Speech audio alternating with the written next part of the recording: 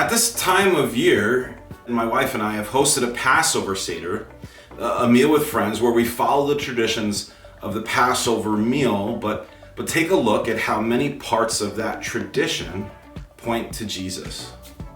You know, God's people celebrated the Passover as a remembrance of how he delivered them out of slavery in Egypt and passed over their homes even while delivering his judgment on the households of the Egyptians.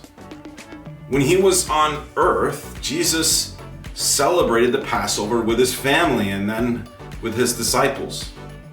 The Last Supper with his disciples was a Passover Seder. Before the meal begins, there's a tradition called the Yechatz, where the leader of the meal takes 3 pieces of matzah and puts them into a linen napkin or container with 3 parts, which symbolizes a unity or an echad. The leader then takes the middle piece of the matzah, breaks it in 2. One part is returned to the container, and then the other is wrapped in a cloth and hidden away until after the meal. After the meal, the children will look for the hidden piece of the matzah around the house, and when they find it, hold it for ransom until the host has paid to redeem it with a small amount of money or, a treat or something like that. This all seems like pretty clear symbolism for Christ's crucifixion, burial, and resurrection, done to pay the price for us.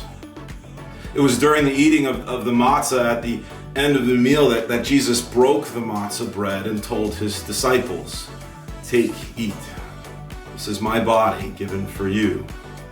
Do this in remembrance of me."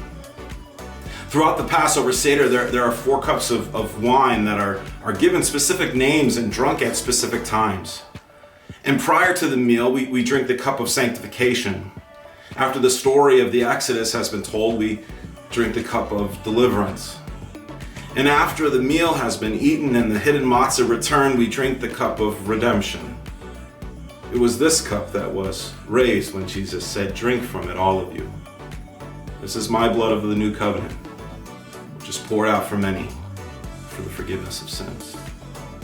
We can see how Jesus himself used this symbolism of the Passover traditions to show his disciples how he is the fulfillment of the promise of the Passover. I hope you take advantage of this resource and to use the Passover Seder as a way to gain a deeper understanding of the days before Jesus' death and resurrection.